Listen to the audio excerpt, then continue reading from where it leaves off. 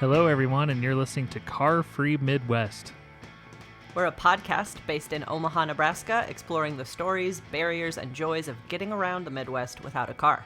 Our goal is to build community around more transportation equity and less car dependency. I'm Sarah Johnson. And I'm Joshua LeBure. And again... And this yeah. is Car Geez Louise. This is Car Geez Louise. This is Car Free Midwest. I don't know how we're going to do that part. I think we'll just let ourselves mess up on it every time. Showcase our awkward... That's part of it. That's part of Okay. it. It's just very real that way, unpolished. Hey everyone, so thanks for tuning in. This is our first episode, but this is our third try recording it because we had some technical difficulties. Which is frustrating because this is what I do for a living. This is like, I don't ever have this many technical difficulties, but I did. I'm pretty sure it's me. Because I don't do technological things. That's why I like bicycles and not cars. Anyway, here we go. We're doing it. Third time's the charm. Yeah, so to get started, let's do a little introduction into who we are. So, Sarah, let's start off with you. Who are you? What do you do? Why are we doing this podcast? So many good questions. So I'm Sarah Johnson. I am a bike nerd. I've been working in the bike industry for about the last 20 years until last year. I feel like I got out just in time because of the chaos of the pandemic and everything. But I closed my shop down. It was the Omaha Bicycle Company in Benson, which was a bike and coffee shop, which I opened in 2012. Had a good 7-year run. Closed it down due to some health issues, multiple surgeries. Won't get into all the gory details, but the silver lining, if you will, of that was I got hooked on e-bikes. So I'm a big e-bike fan. I do not own a car. I have owned cars in the past. I have also lived in Omaha without a car in 2006 before I moved to Colorado. Kind of bopped around, and then also just sold my other car a couple years ago. So anyway, car light, I would say I am now because I live in Benson with my husband and a couple of dogs who you may hear barking in the background sometimes. And he owns a car, so I snag it when I need to. So we're kind of a one-car household. But yeah, I also am involved with ModeShift Omaha, which is a transportation equity nonprofit. One of the co-founders, we kind of realized that there wasn't another org in Omaha that was doing work around transportation equity. So we kind of just formed the grassroots type of a thing in 2011 and have been going strong ever since. I'm currently the treasurer on the board. And yeah, just really interested in putting together this podcast. I do have actually a journalism degree and used to have a radio show in college a million years ago. Went to Lincoln for school. And people, after I shut the shop down, they're like, how are we going to still know what you're doing? And what are you talking about? We want to still interact with you. You should do a podcast.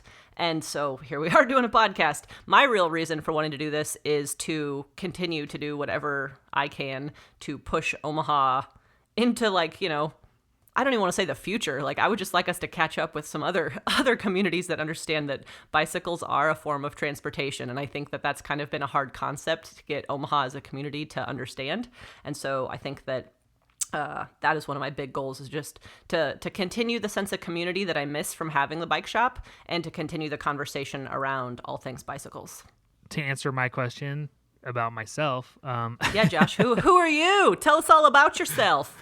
So I hail from Denver, Colorado, originally born in Texas, but I lived in Denver for 19 years up until about a year and a half ago when I moved to Omaha, Nebraska. And I've always been on bikes. I grew up racing BMX in my 20s. I was all about fixed gear bikes, and all my friends were bike messengers, and we were all riding track bikes around the city, and I never participated in the Alley Cats, but I was an Alley Cat fan, and and that's like the world I come from. And then my history is I used to own a vegan grocery store and do all kinds of community events and put on all kinds of things around veganism,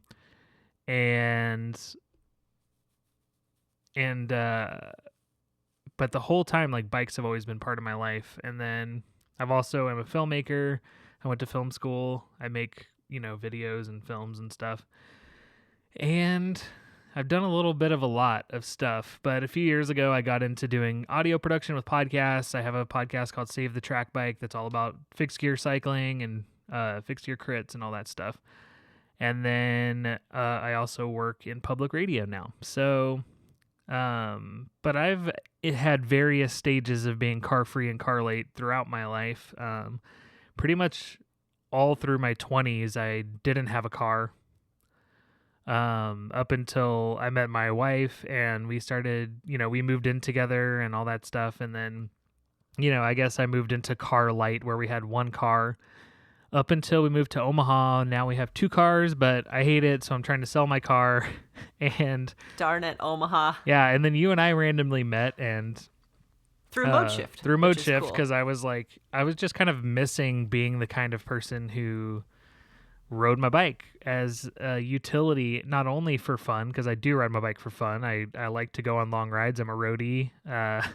I have done fixed gear crits, and I've done, I've thought numerous times about doing cyclocross and stuff like that. So I do ride for recreation and for fun, but I miss when it was like my main source of how I got around, because I was happier when I got to work. When I'm riding in the snow at 6 a.m. on my way to work, which isn't happening right now because I work at home because of, the pandemic and everything. But back in the day, you're riding to, work at 6 o'clock in the morning and people are up looking depressed, like scraping off their windshields. And you're just like passing by with like a little smirk on your face and they're staring at you like you're an idiot. Mm-hmm. I just kind of miss being that person. And so... and ever since I've had my own car, like I feel like it's a significant decrease in my quality of life in a sense. That's real. Yeah, for sure. I'm more tempted to go through drive-thrus, which means I eat less healthy more often. If I need to go somewhere that's 3 miles away to go grab a bag of coffee, sometimes I'll jump in the car and it just feels crazy to me. And it is wild what access will do. Yeah. That's kind of the whole point. Like when things are not incentivized and easy and like the right choice, you aren't going to take them. So that's why it is unfortunate and kind of the reality of Omaha right now that it is built for people in cars. And I think that it takes a lot of voices to change that. And that's, again, part of the reason that I'm excited to do this is because I think that once we start highlighting that it's not just like crazy Sarah Johnson, that girl on a bike, like there is a community around this and it's growing actually all the time. It's really fun too. Obviously, like you just said, you're not from here, but I am an Omaha native, lived in Lincoln for a while, then Colorado, and then moved back here. And it used to be every time I'd see somebody out on a bike, like when I was riding, I'd be like, oh, hi, John, like, hey, Sally, like I would know everyone that I saw on two wheels. And now, and even, not just very recently, but over the last few years, it's super exciting to not recognize everybody that I see out riding. I'm like, oh my gosh, I don't know who you are. Like, this is so exciting. It's growing. It's happening slowly, but it's happening. Yeah. Part of the reason for this podcast for me too is kind of what you're talking about. Me and one of my friends will be out on a ride on like a Sunday morning on a long ride. And we'll see somebody riding like a super nice, cool Ritchie cyclocross bike or something like that. And we're like, who is this Nick guy? Winston. You know is that? Is it green? Yeah. Is it green? That's totally Nick. See, this is what I'm saying. That's like, so this funny. is a perfect example. Like, yes, I probably know them. And I probably sold them those tires. There you go. Yeah. And it's not anymore, though. Well, it's one of those things where, you had a shop and all that stuff. But people that, if you don't have that hub, how do you meet other cyclists? How do you build that community? And hopefully this podcast can be kind of a hub for that, not only in Omaha, but in the Midwest in general, because Omaha is so close to so many other places where you can go ride. And, we have all kinds of like gravel events all around the Midwest. We have, grass track racing, and we have Ragbri, and we have, Tour de Nebraska, and like all of there's so many bike events we need in the Midwest. How do we put a highlight on that? You know what I mean? And then also on top of that, beyond bicycles, how do we grow a community of people that just want ways of getting around a city that aren't just getting in a car and spending tons of money on gas and polluting the earth and going into debt to buy like a car you can't afford, and then the maintenance on it. Like, we need a way for people to be able to get around a city and like you say, with more equity, And not feel like you're handcuffed to your car that is depreciating all the time, burning up the planet, and decreasing your quality of life. And it's not fun. Like, I used to do a lot of commuting clinics around town, and I would always ask people, like, for a little icebreaker, like, okay, who rode today, who drove today, like, people would raise their hands or whatever. And it was like, okay, if you rode today, did you have fun on your ride? And everyone's like, yeah, totally, I saw this like cute lady with a metal detector in a park. Like, that was my story. Or, I smelled these flowers, or I saw these kids playing. And then it's like, okay, car drivers, did you have fun on your commute today? And they're like, no, I got stuck on Dodge Street and someone was turning left, and it's like, you never an enjoyable experience. So not only it's the utility of like getting from A to B, but it happens to be fun. It's good for your physical and mental well-being. It's not destroying the planet, and. Yeah. So I guess that's why we're doing this, because we don't run out of reasons to talk about the glories of the bicycle. Yeah. So today we're kind of laying down the agenda of what this podcast will be. We'll have more specific episodes. We'll have some documentary pieces. We'll have all kinds of different ways that we'll have interviews with people, all kinds of different ways that we're trying to get across this information. And part of it is also looking at other cities and what they're doing. But for now, we're based in Omaha. So with this first episode, let's talk a little bit about that, because, not only is maybe riding a bike more fun, or walking somewhere, is nice. Maybe if you're on a bus, you have time to read, which was one of my favorite things living in Denver, is like when I had to ride the light rail sometimes, if it was like too icy and I didn't want to ride my bike, that was always prime time to like grab a book and like take 20-30 minutes and actually be able to just read and like relax. When I was in my car and it was snowing, you have to get up, you have to scrape off your windshield. It's a nightmare. You have to warm up your car. You get in and it's still cold in your car, and you'd start driving to work. And in Omaha, you get on Dodge Street and it's a nightmare because the traffic here is so poorly managed. Like, there's not a ton of people in this city, but the way that the traffic is managed and the way the roads are laid out in this town are horrible compared to like anywhere else I lived. For me, being new to here, having these lanes that one day are like one way and the next day they're the other way, or at certain hours, or depending on the time. Yeah, ridiculous. Yeah. And we're talking about Farnham Street here. I don't know if you've ever noticed all of the little blue signs in people's yards along Farnham Street that says fix Farnham Street. Yep. Like, the neighbors are literally begging the city to pay attention to the needs of, the people who live there. And the city has said, well, no, we've designated that as like just an arterial to get people downtown. So we don't really classify it as a neighborhood road, even though, guess what? There's a bunch of houses along Farnham Street.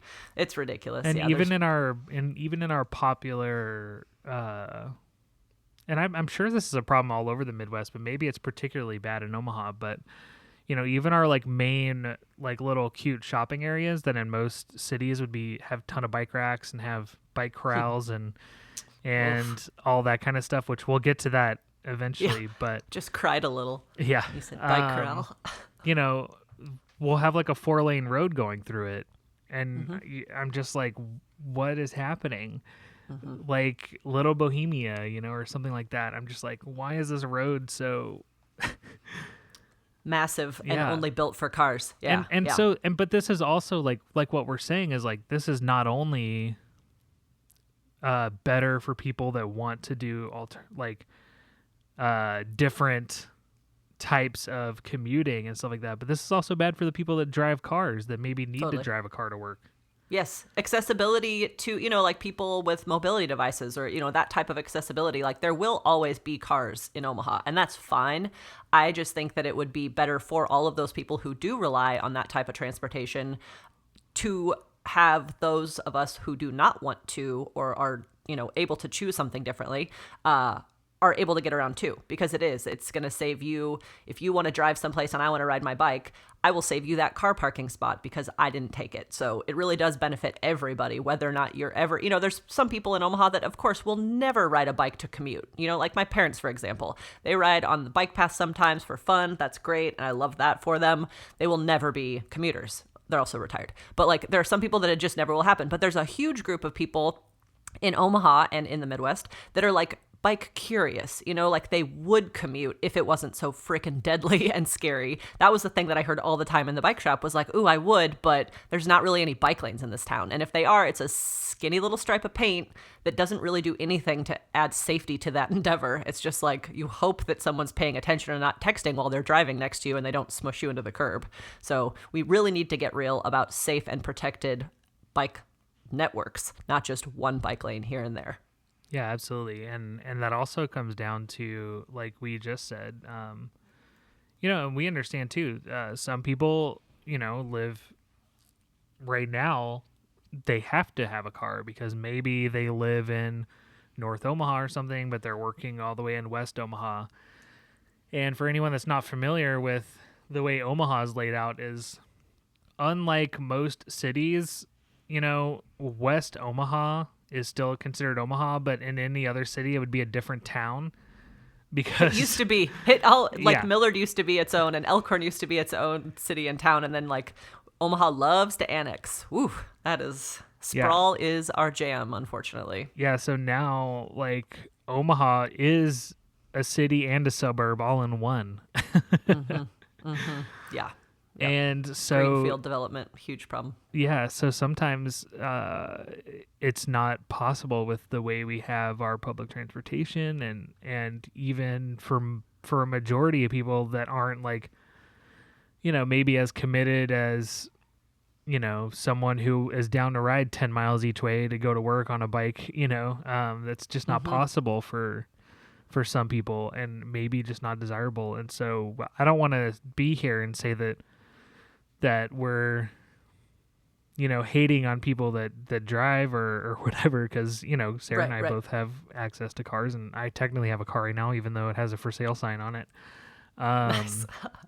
But yeah, because it's not an option for a lot of people. Like we are privileged enough that we have the option, but that is absolutely not true for a huge portion of the population here. And unfortunately, in Omaha, if you are someone that does not own a car and does not have the access or desire or ability or option to drive, you're kind of treated like a second-class citizen. And I think that's horrible and definitely needs to change. And a lot of it's political willpower.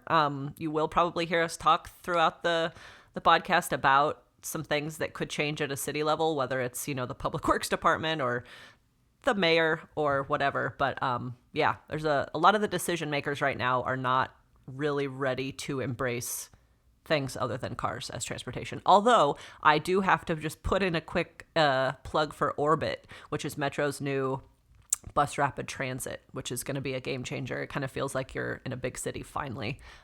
So we'll get into non-car and non-bike stuff too, but Orbit's a good step. Well, let's talk about Orbit and what that is for people that aren't from here.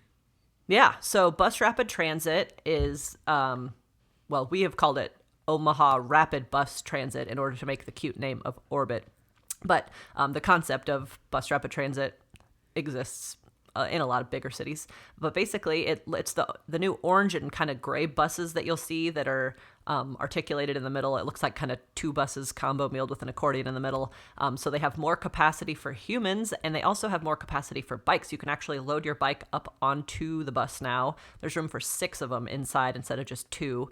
And the big deal with Orbit is the frequency. So, the number 2 that used to go up and down Dodge would not run every 10 minutes, which now Orbit does for certain times throughout the day and the week.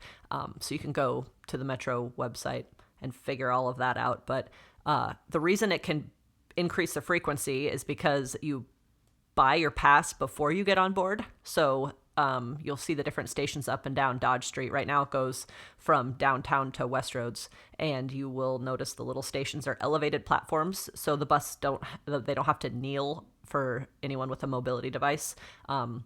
So it's, level boarding, which is really nice, which speeds up boarding. And again, with the prepayment, that speeds it up. And you can wheel your bike on, which speeds it up instead of having to pull the little thing on the front and load it up that way. So yeah, it's going to be a cool thing. There's also like live tracking at each of the stations. You can like see where the next bus is. It's really intuitive. It's like a touch screen on a lot of the stations. You can kind of play with that and plan some routes. So it's a big deal. The person who wrote the Tiger Grant, which is a federal grant, The reason that we actually have this implemented is because of a big chunk of millions of dollars of federal money. And the woman who got that Tiger grant, I think it was about 5 years ago, after she got it, she moved back to California, and then she just moved back and now is the executive director of Metro. And her name's Lauren, and she's awesome, and I'm so grateful that she's back. I was just an Orbit ambassador a couple days right around when they launched, and people are jazzed. Like, it's really cool. Oh, it's also free through March, which is really nice. So, just something as simple as reducing that $1.25 barrier does a lot for ridership. So, something that would be like a wild idea at some point would to just have all of the Metro buses be fare free, because that's not really a significant portion of their revenue. I don't know. More fun things to think about. But for right now, just Orbit is free through March. So I'd encourage everyone to ride it. You just find a station near you. They're all along Dodge Street.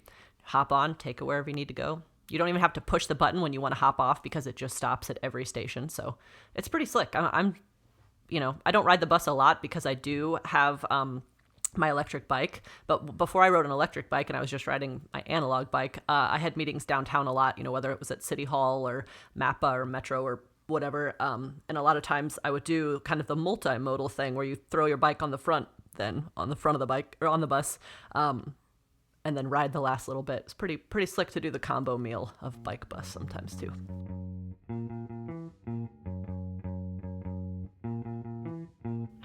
Let's get into the idea of transportation equity, just kind of an introduction on what that means. We'll have more specific episodes where we're diving into specific issues and diving into stories, but since this is the introduction, let's talk about that, because that's such an important part of what this podcast will be. I think, again, Omaha just likes to claim that it is a car town. And so I think equity rather than equality, meaning, we don't need the same amount of bike lanes as we do have car lanes. I mean, that would be delightful. But I think really, to me, with the equity piece, it's making sure that we're not treating people differently if they own a car. And they get preferential treatment in Omaha as it is right now. If you are a car driver, that just unfortunately seems to be the way that it is. And so the equity piece is, again, not everyone has that choice to own a car. They're expensive. There's a million reasons that people cannot and will not and choose not to own a car. And so we need to make sure that everyone has access to services, the hospital, healthcare, work, grocery store, that type of thing. And it's about access, really. And when you make it so that it is undesirable and unsafe to do anything in Omaha that involves traveling without a car, you're just not being aware of the fact that your citizens are not all identical. And so I think what we really need to make sure that elected officials and other, leaders and decision makers in this town understand is that right now it is again, I just keep saying that second class citizen, because you feel like you have to be handcuffed to a car in Omaha in order to get around and live a life that is possible, let alone pleasant. But so I think that just making sure that everyone, regardless of their mode of transportation, is able to successfully travel through Omaha. That's a lot of words that don't really maybe make sense necessarily, but the main thing is accessibility for all. Yeah, and to me, the reason why I like the term equity is because it's beyond just even access, right? It's like when certain people say, "Oh, everyone has access to healthcare." It's sure, we have access to healthcare if we have money. Right.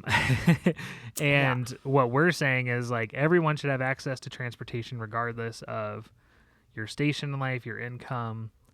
And, this goes beyond transportation, for both of us. I know that I firmly believe that everyone has the right to housing, food, and dignity. And that also includes transportation. And to me, we live in a society that's so deeply broken and unequal that we have to move beyond just talking about equality and talking about that equity and talking about people of all different races, genders, the whole spectrum of humanity deserves dignity, housing, food, and the ability to get around their city safely. And right now, we don't have that. Capitalism, regardless of what your thoughts are on capitalism itself, but capitalism does not, regardless of whether you think capitalism works or not, and whatever people's specific critique is, I think it's very clear that capitalism does not work and is completely inefficient in the realms of necessity, in the realm of healthcare, in the realm of food, housing, and transportation. I would say that it's deeply broken, and it costs people lives, and it costs people their livelihoods and health and the ability to just exist and live with dignity. Those are that's the big reason why like this podcast is important to me, because it goes so far beyond just like it's fun to get around a city and not a car. I think that more service needs to be paid in this realm also to climate change. Yes. That was like a big reason to get me like excited about commuting on bike, but climate change, the same people that are disproportionately affected by inequality and by the failures of the inefficiencies of capitalism, those are the same people that are going to be affected negatively and all are already being affected negatively by the effects of climate change.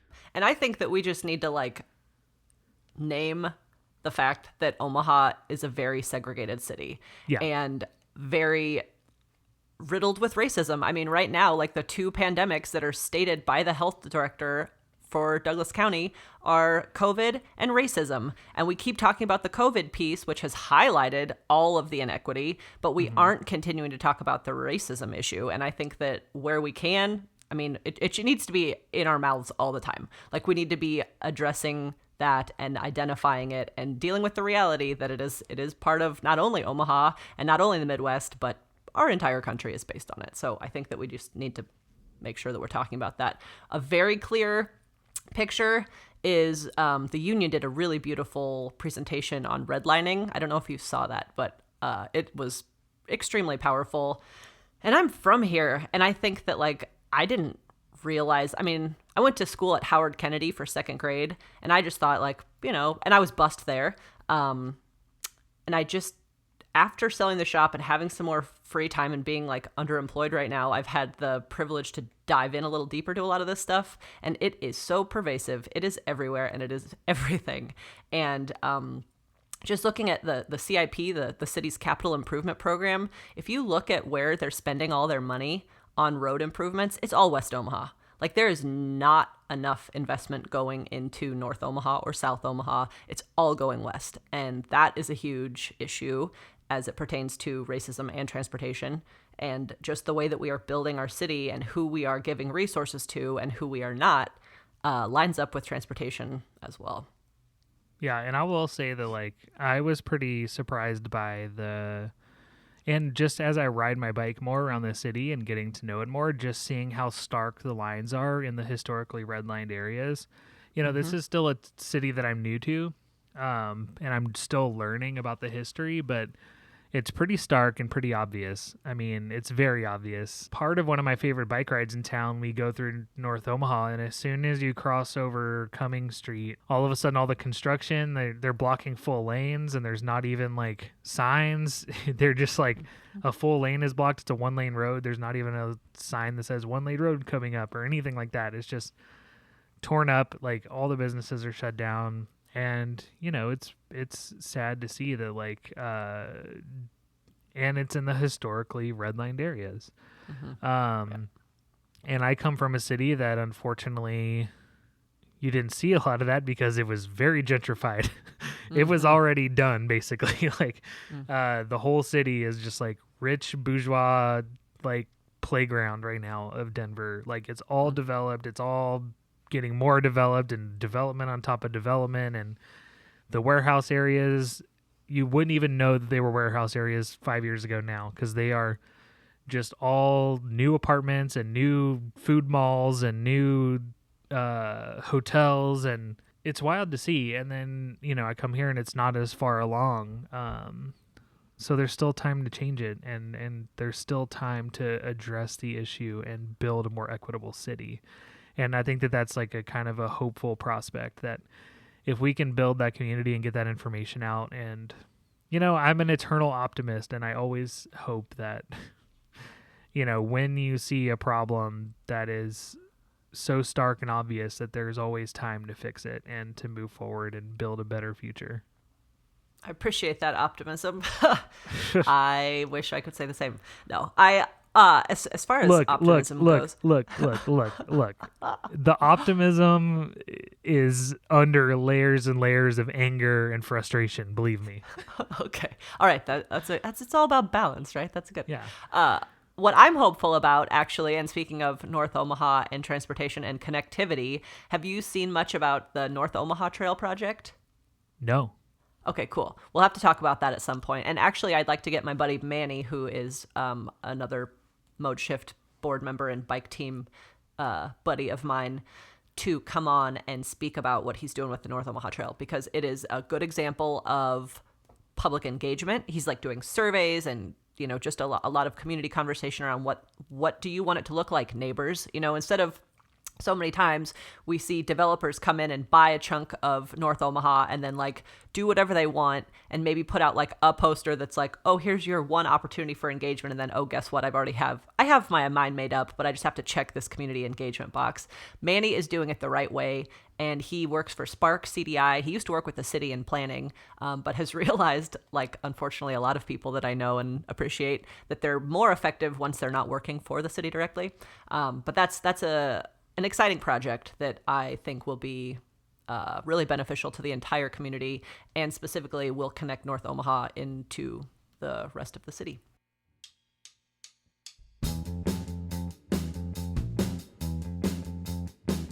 A section that we'll have on this podcast regularly is talking about other cities and what they're doing around the world, as far as different types of transportation and building equity around transportation. And it'll come in many different forms, from like interviews to maybe we read a book about the subject, or in this case, we both watched a film called Why We Cycle. It's about Dutch cycling culture, and it's on Amazon Prime right now. I don't want to promote Amazon, but it is on Amazon Prime right now. And I will promote the film because it was a really beautifully done film. Just about like the utilitarian nature and kind of that balance that we were talking about in Dutch cycling culture, of the utilitarian with also the recreation. I think a lot of the Dutch don't realize how special of a bike culture they have, or how important it can be in your everyday life. But I think it really does transform a society.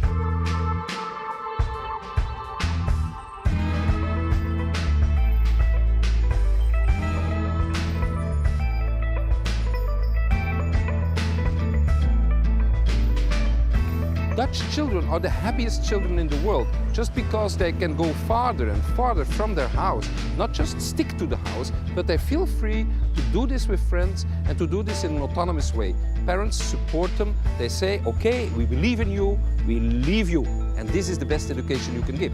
Now, in this way, cycling is a good metaphor for a good education.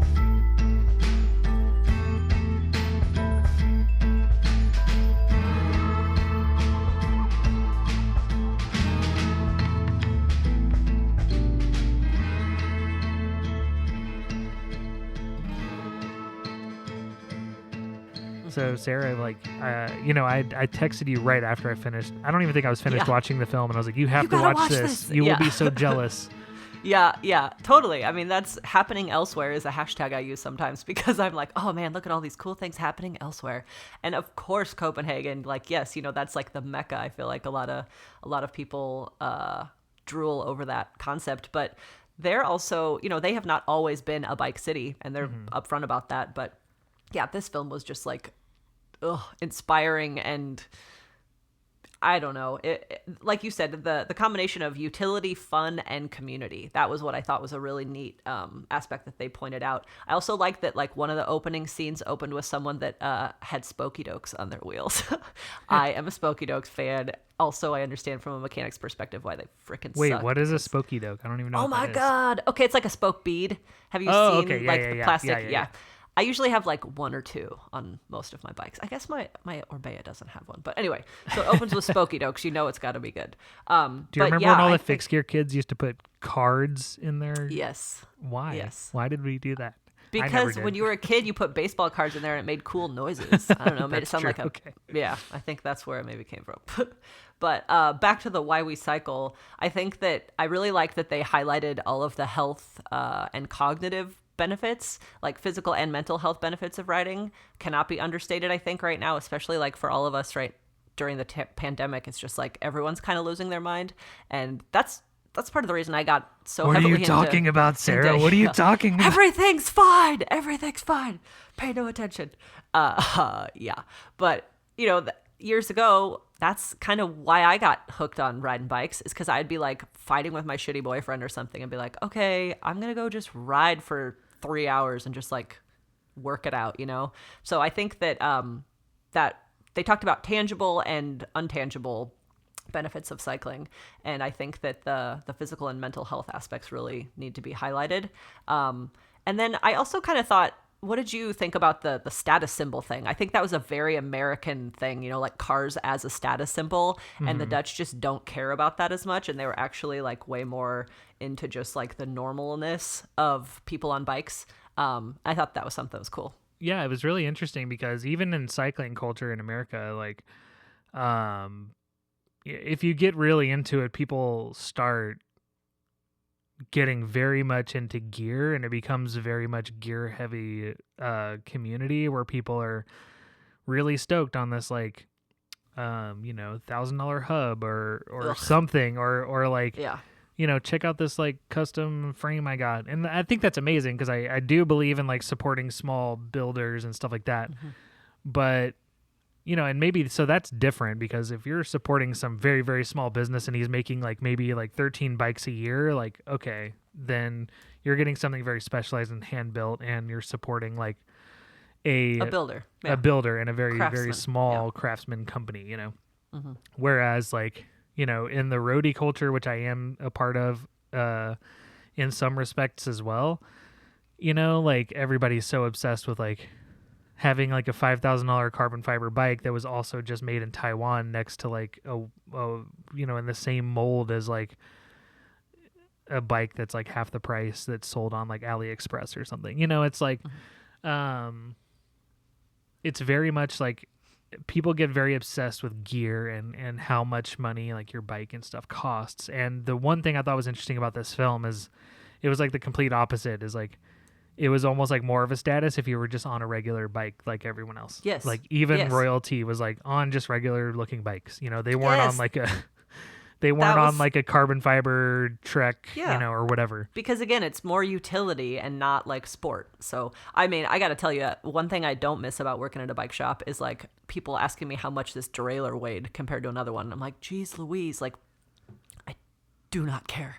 But yeah, the fact is, with this film, it was really just highlighting the utility and not the sport as much, and it put community over consumerism. That was a little note that I took. I was like, oh, I love that. Like, and the other thing that I got out of it that I thought was just an interesting thing that I've thought about before is turning traffic space into public space. Yeah. And something that I do have a lot of conversations about is how, it's like, oh, I was stuck in traffic. It's like, no, you are traffic. And also, like, traffic isn't just car traffic. It's just people moving from point to point. And so when you're talking about traffic, don't just assume it's just cars. And same goes with parking. I mean, like in Benson right now, we just had some consultants come in and do, a parking study. And they only talked about car parking. And I'm like, no, we're talking about accommodating people that want to spend time in Benson. You don't need to only think that everyone's going to show up in a car. And just changing that thinking, that's with Mode Shift, we say shift your thinking, because it really just needs to be the whole view needs to change. Like you can't just think of parking for cars and traffic is cars and everything is just so car centric here. It's like you need to understand that we just need to be able to accommodate people. And so that traffic space to public space, I really thought that was a cool concept. One of the things that really stuck out to me was just the infrastructure itself. And Yes. just like these, and especially in the film, they have these amazing like sweeping shots of these bike pathways that go through like these beautiful landscapes and all that stuff. And we have some of that here in the Midwest, and I am appreciative of that. Like I love like going where I on the Wabash Trail across the river, and I do think we have some decent bike paths here. Like I appreciate that I can get to a lot of places on a bike path. You know, not everywhere, but a lot of places. I appreciate that. But seeing how much they have done is just, that's the part that really like frustrated me the most, because, you know, we can talk a little bit about your personal story with this, but also the bike parking areas, the amount of bike parking they have for people, and it's so efficiently done, and it's just so much more efficient than car parking. And they have these like giant, like almost like garages where people bring in their bike, and they have all these different racks in there, and people just put their bike on the rack, and you can lock it up and head out and do your thing and then come back and grab it. I thought that was really interesting. And then also just the way the bike lanes are laid out and everything is just really cool. I don't know. And how you have to communicate when you're on a bike. I thought that was really neat too, because a lot of the intersections weren't necessarily signalized like we would think in, you know, the US of A. You have to have a stoplight and a green light, you know, and they just kind of, it was so organic and like almost an amoeba. Like the way that the groups of people moved throughout the space was just beautiful in and of itself. And how you have to rely on eye contact and you have to like rely on humanity, you know. I think that was just kind of an interesting piece of it too. I think one of the best things about it too is because so many people are on a bike, you're not seeing a ton of people staring at their phones. Oh, yes. I think social media is antisocial. I actually wrote that specifically down too, because it was like when you are walking and biking and or rolling, you know, if you aren't able to walk, you're relying on all of your senses to get you from A to B safely. And I just think it is mind-blowing. When I drive, I will absolutely never have my phone in my hand. Like it drives me bonkers to see people texting while they're driving, because I've almost been hit, I don't know how many times, by people texting and driving. I think it should be illegal, although the enforcement piece will get into policing and all that at some point.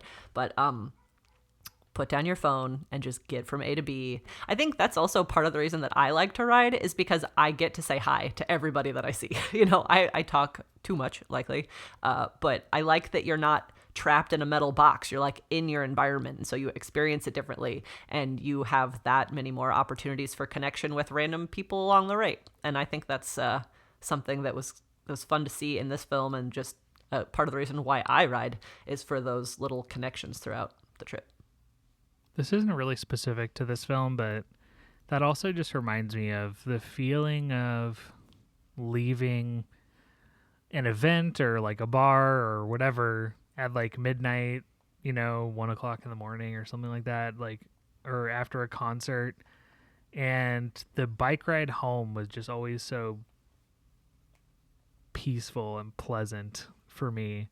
And that was Totally. always like one of my favorite parts of being in my 20s and not having a car. And, you know, you'd go to a show and then, you know, I mean, things are different now, but at the time, you know, you go to a show and you get out and maybe you and a bunch of friends go to like, you know, we had this like vegetarian restaurant that was open till 2 a.m. So we'd go there and get a bunch of crazy snacks and drink coffee until late at night and then head home on our bike ride. And there's no cars out. And those are just moments that you don't get, you know, when you're like frustrated about trying to park in a city. And Speaking of like parking and Omaha, I think that, you know, we always talk, oh, that's a parking problem. And I think that the problem is entitlement, because everyone is so used to just being able to like pull right up and park right in front of the place that you're going. And thankfully, Omaha's growing and turning into, you know, a little bit bigger city. And I think that's just part of these, you know, growing pains, if you will, that like it's okay and actually kind of cool that you can't just pull right up and park immediately in front of where you're going. unless you ride a bike, haha, and then you can, because a lot of times there are gratefully bike racks right where you're going.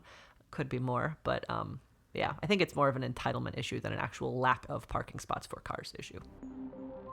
All right, well, I think we scratched the surface on what this podcast is, and You get the idea. yeah, you get the idea, and so we'll be back twice a month with all kinds of different subject matter, and we'll dive into some of these things more specifically. If there's something specific that you want us to talk about, email carfreemidwest@gmail.com. There's all sorts of fun potential where this could go, and like Josh just said, like, let us know, because this will only work if you all are into it. So if there is something you want us to dive deeper into, email us. We're also on Instagram, Facebook, Twitter. We're getting a Patreon set up because we know you want to support us. So we're accessible. We're everywhere, and we are going to be making sure that we're going to do closed captioning to make sure that more people are able to participate. So get in touch. Let us know what you want to hear, and thanks for coming along. All right, well, that's going to do it for this episode of Car Free Midwest. But we will be here every other week with interviews, topics, and documentary pieces covering all things transportation. And as you can tell from this episode, we're obsessed with bikes, e-bikes, and cargo bikes. So, you'll get to know us more, and hopefully you will join in on our obsessions. Fair. So we think you should subscribe now to Car Free Midwest wherever you listen to podcasts. And this podcast is a production of my production company called Figure Podcasts. Go find all of our other shows at figurepodcasts.com. This particular one has specific support from ModeShift Omaha, a transportation equity nonprofit. ModeShiftOmaha.org for more info there. Our theme song is the song New Deal by Big Quiet via Free Music Archive. And visit us at carfreemidwest.com and all social medias, just Carfree Midwest. I'll put that in somewhere. Sweet. Okay, cool. Okay.